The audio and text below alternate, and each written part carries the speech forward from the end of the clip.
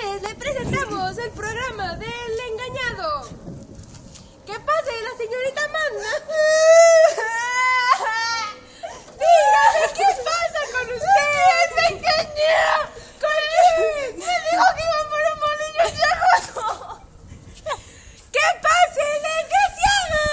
¿Qué pasa, el desgraciado? ¿Qué pasa, el desgraciado? ¿Qué pasa, el desgraciado? ¡Óigame!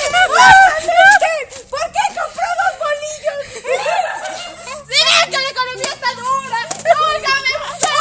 Tranquila, este es un set para niños también.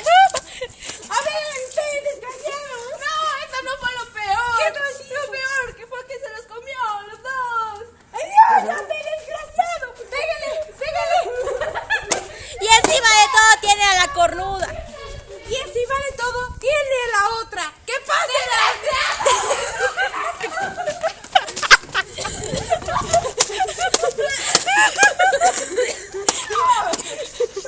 Esto es lo que pasa por comprar 2 bolillos y no 1.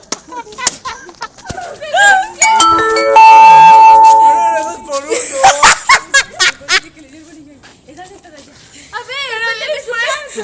Güey, déjame que era mentira. Todo era una mentira, porque el segundo bolillo se lo dio a esa tonta. A ella se lo dio. A ver, explícame. ¡Seguridad! ¡Señorita Laura! Váyase usted al cine. ¿Qué te pasa? Era mi bolillo. Los bolillos me lo han dado a mí.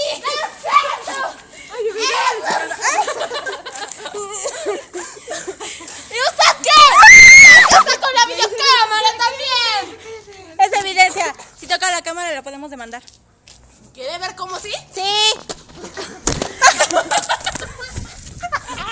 ¡Ay, así, mendigos desgraciados! ¡Ya, vale! Este caso no se puede arreglar por los bolillos. ¿Usted qué? ¡Ya, bolillos! Pinche desgraciado. ¡Desgraciado, ¡Desgraciado, malnacido! ¿Qué te